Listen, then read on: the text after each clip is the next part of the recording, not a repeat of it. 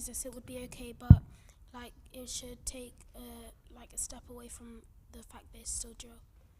Yeah. The whole balaclava thing. Go on, Simone. I was going to say, like, I listened to some gospel drill, Yeah. just to try and understand. No. No, just to understand. I mean, I tried to listen to the proper stuff, and it messed my mind, and I was like, but you're right, within about 30 seconds, I just couldn't. But I listened to the gospel drill, and I was trying to understand, what is it that changes? So, for example, there's an artist that does Here I Am to Worship. So it's a well-known song that you sing.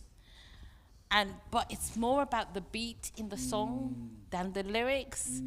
And that's what I found myself listening to, the beat rather than focusing on the song. And I love Here Am I to Worship, but it changed the whole meaning in that, oh yeah, this could be a really good song. But when you really seriously think about it, actually that beat, it's a certain beat that is, the only way I can describe it is a demonic beat. It's repetitive, sorry. And I don't know, but there's something about it that, for me, I just found my mind in a whole new place. Yeah. And I was like, this is not. Yes. Thank you. I think Vicky wants.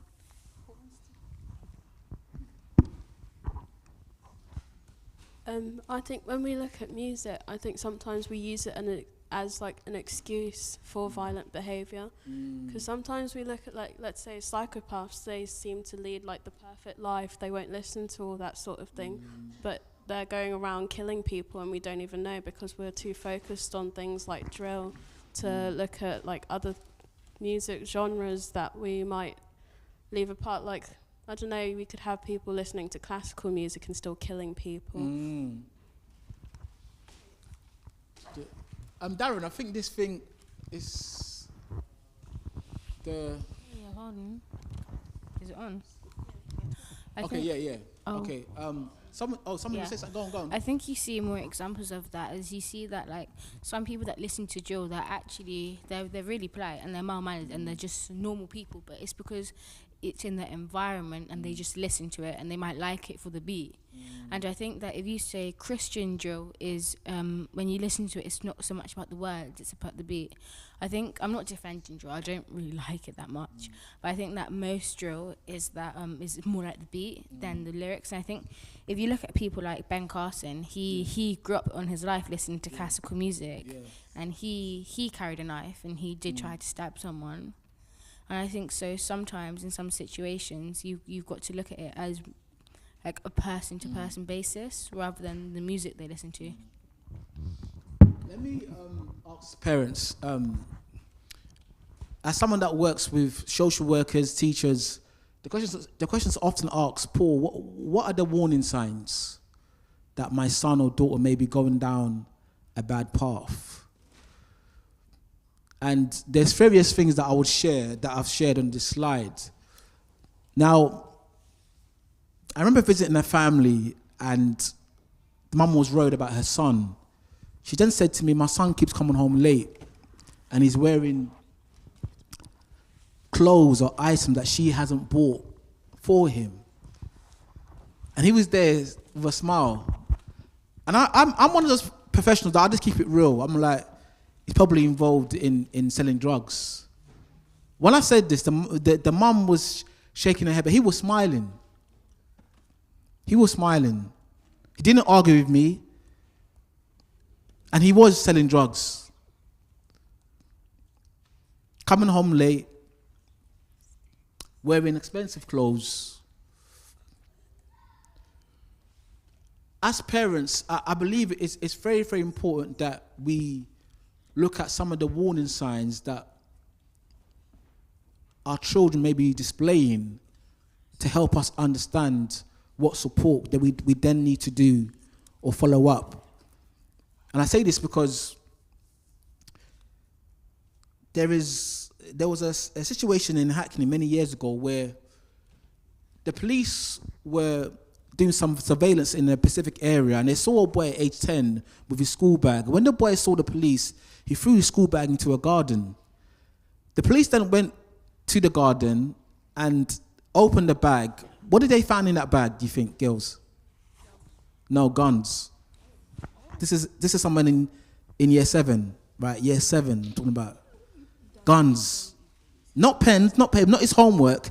Guns. He then goes home. The police take him to his house. Where do you live? He takes him to the home. They go to his bedroom, parents, right? They go to his bedroom and they then flip his bed. What's under his bed?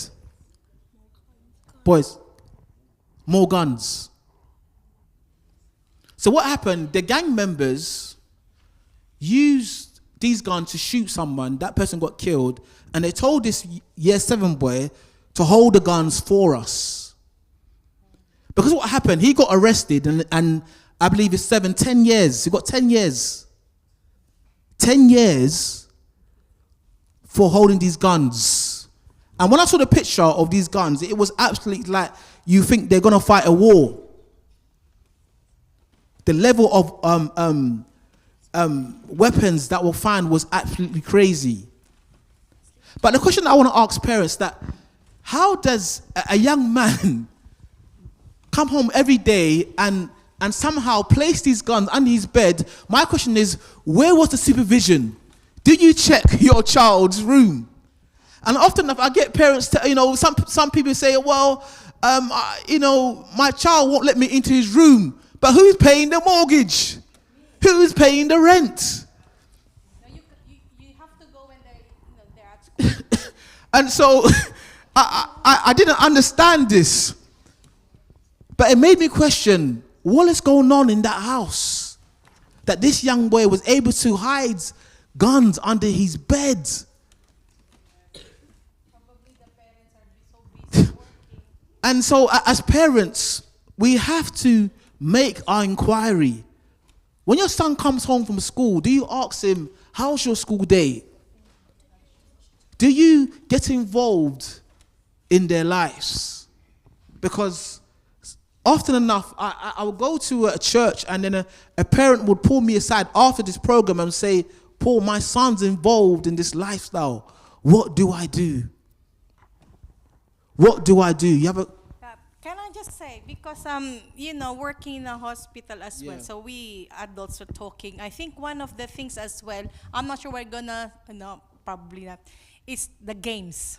Okay. You know when when they're killing and then the person apparently, I didn't know, because I don't know. Was it Call of Duty? That's the game, isn't it? Call of Duty. Come alive again. So Call probably of Duty, they think that when you kill someone, they're gonna be alive because of the games.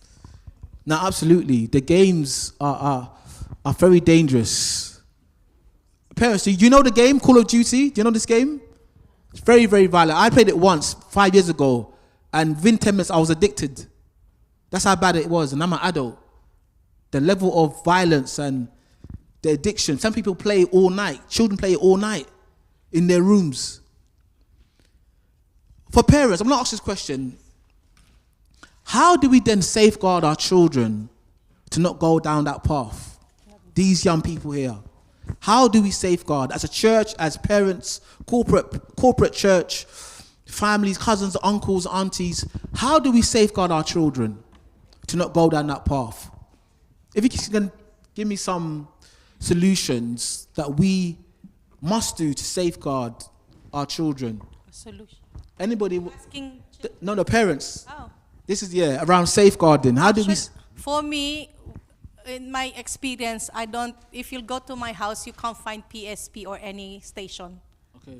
I've never bought my children with any of those games. Even the small, I don't know what you called it. Yeah, this Nintendo, nothing. Yeah. Thank you. Parents and anybody at the back, any tips that you share that will enable your children to not go down this pathway?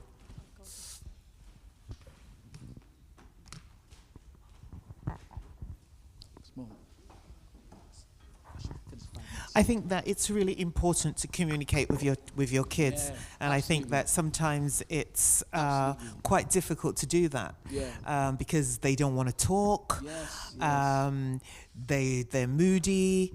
Yeah. And so you don't want to push it. You don't.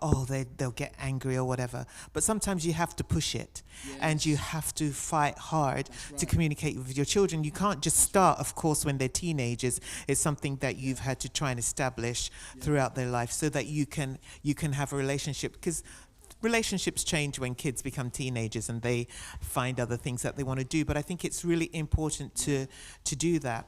And I remember I was watching one time about serial killers, nothing to do with our kids. But one of the things that the parents said about his son was, they said, what would you have done differently? And he said he was always a quiet child. He didn't want to talk. He was always in his room. He said, I would have made an effort, more effort, to talk to him. And I think it's really important to communicate, understand what your kids are doing. Right. And even when they don't want you, it's like they're saying, you can't go in your kid's room, you know. And I think, all the tips that I would share is that one, Auntie. And that's the first one. Are we involved in our children's life, emotionally, mentally? And I believe it's so important. There's a theory called attachment theory that we learn as social workers and as youth workers, that children, all of us, we've all been children once. They look for attachment in their primary carers, i.e. their parents. But if they don't get that attachment in their childhood journey, they'll look for it somewhere else. And that's where the gangs will play on that. Your mom or dad, siblings weren't there. Come with us. We become your what? Family. And I believe it's very, very important that as parents, we have to make that investment. I know it's tough because I remember growing up, my parents were always working and sometimes we're very busy, but it's very, very important you play a key role. When I was ahead of year, one of the things that used to frustrate me was parents' evening. And this may sound uncomfortable, but I'm going to say this, but please, it's in the context of this subject, right? When it comes to parents' evening, some of the kids, the black kids, I'll ask them, where's your mum? No, my brother's coming instead. Where's your dad? No, my uncle. But then the other ethnic groups would come with their parents. Mr. Friend, can I have a word with you? Can I sit down with you? I want to talk to you about my son, about my maths grade. I want to speak to him. And they will come and take me to their office, or my office, sorry. But when I ask Mark, John, where's your dad? No, this is my brother. And the brother's only 19. That's the appropriate adult that's coming for parents' evening. And then what happens when Mark gets excluded? The mum comes down and says, Mr. Friend, I want to have a word with you. Why did you exclude my child? But now it's 4 years later. He's in year 10. Where were you in year 7 and year 8 and year 9? We have to be involved. Don't let the school raise your children because, you got your uniform on, leave the door, that's done. No, it's not done. Phone the tutor. Phone the head of year. Arrange a meeting with the head of year and the head teacher. You want to know what is going on in that school. We have to be involved in our children's life. And someone said it earlier, communicate, listening. Very, very important. Know your children's friends. When I was young, I said, I'm going to stay at a sleepover. My mum, what is this? What is sleepover? Who? Where? Where is this? Give me their number, the address. Are you mad? Sleepover. But now, Mum, I'm going. It's like, okay, cool. Don't worry. Make sure you're back here tomorrow evening. But there's no safeguarding. There is no willingness to phone or see who are you staying with. Now some of you are laughing. But when you ask your mum, you're going to a party. What party? What address? Who's going to be there? Then some of you are getting upset now. Paul, why are you saying that, man? Like, I want to go to a party tomorrow. Like, come on, man. Stop that. But as I wrap up, the church have a lot of role to play. Our Sabbath School this week is about how we as Christians meet the needs of people who are going through struggles, right? And one of the biggest tips that I tell to people is that we must learn to love, to have compassion. Christ's method alone. Christ was among the people. He listened. When the people were hungry, because they were following him for days, he told his disciples, get the fish, get the loaf of bread, like, let's feed them, because he said that he had compassion because they've been following him for days and had not eaten. We have to be a church that is compassionate. And there is hope, man. If we as a church come together, support, mentor our kids. I love working with teenagers, support our parents, offer programs. We can make a change. We can make a change. I will end with this slide. This young man from Kennington Church died in October. The same month, Elaine died. His dad is a friend of mine, an elder. Actually, he's actually an elder. And funny enough, 2 years ago, we did a presentation at Hackney Church around knife crime. And then, unfortunately, this year, October, his own son was stabbed in Brixton. Very, very sad. I got the call. I was like, what? He said, yeah, Paul, have you heard? Go on BBC News. And I saw this picture and the article. Very, very painful. Keelan was buried last Thursday at Brixton SDA Church. And it was quite sad to hear his girlfriend share on stage that Keelan was so supportive, so encouraging, so loving. I'm going to miss him. And she was tears. She couldn't even finish her speech properly because of the pain of losing her boyfriend. This is a serious issue. And people say, well, it's in our community, but it's now in our house. It's in our house. Forget it's on our steps. Do you have this word in? It's on our, no, it's in our house. This is an elder son. An elder son. And the boy that killed him was 15 years old. 15. Been arrested now. His life is going to be impacted because he's going to serve a long prison sentence. And also Keelan's family, his dad, Jermaine Wong, has to live his life without his son. We need to do more to help our youths. We need to do more to inspire our youths. And that is often a process, a journey. And I end with this positive note. There was a girl in my year group, right? And I shared this morning. There was a girl in my year group in, what year was it? 2014. The worst girl in my year group, rude, would swear at all the teachers. And one day, I pulled her aside and I said to her, why are you like this? Like, why do you get yourself in so much trouble? You know you're going to end up getting permanently excluded. And then she explained to me that, Paul, when I'm at home, my parents' mum, shall say, beats me up. So when I come to school, I take it out on you guys. And I told this young girl, that's very sad to hear this, but I believe in you. When I said that word, right, tears came from my eyes. And I was thinking, why are you crying, lad? What did I say wrong? But then when I went home, God kind of spoke to me and said, Paul, she's never ever heard an adult speak words of life into her. You said that. You said something that she'd never heard. And she cried. Next week, I went to my office and I saw a big cake in my office. And I love cakes. I said, who made this cake? And they were like, it's the worst girl in your year group. She made a cake. I said, Lord of mercy. The next week, girls, I saw a bread and a knife. I said, who made this bread and brought this knife into my office? I said, that same girl. So I chased this girl. I said, how did you bring a knife into my office? I said, I stole it from the kitchen. I said, Lord of mercy. But last week, 3 weeks ago, she sent me a text. She's now 24.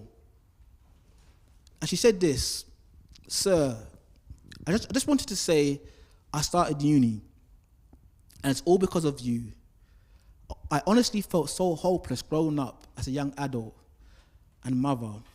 But you inspired me to be better and to not let myself be influenced to become a product of my environment. Amen. I will always be grateful for the support you had in my life. Amen. Amen. When I saw this, I was so emotional because all I did was plant a seed when she was 14. And that seed now has grown into someone who's going to go to university. She could have ended up in prison. She could have ended up in a bad path.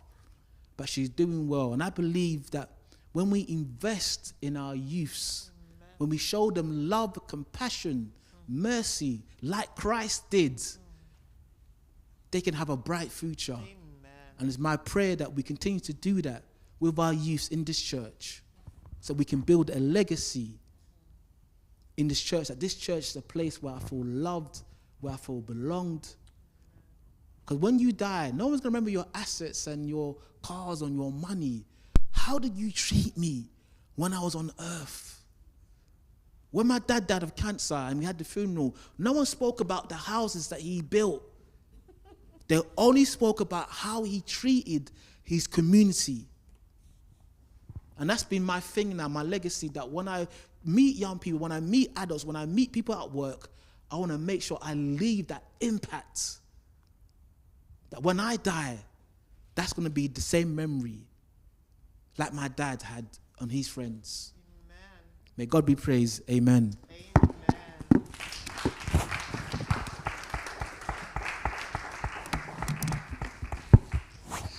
Thank you, Paul. That has been really good for me as a person, I guess. In that, for the adults, we have young people who are looking at us. And whether we are parents or not, we have a responsibility to look out for them and to take care of them and to be that positive influence. I know it's difficult for parents to be those people to their young people, because sometimes children feel that parents don't know anything and they're not down with the kids and they just are boring and spoiling their fun. So there is always an adult. So young people, if you feel you can't talk to your parents, there's always another person you can talk to. And I always tell you that I'm here, whatever it is, no matter what. I'm not perfect, so don't look at me for perfection. But I am here. Let's just bow our heads in prayer.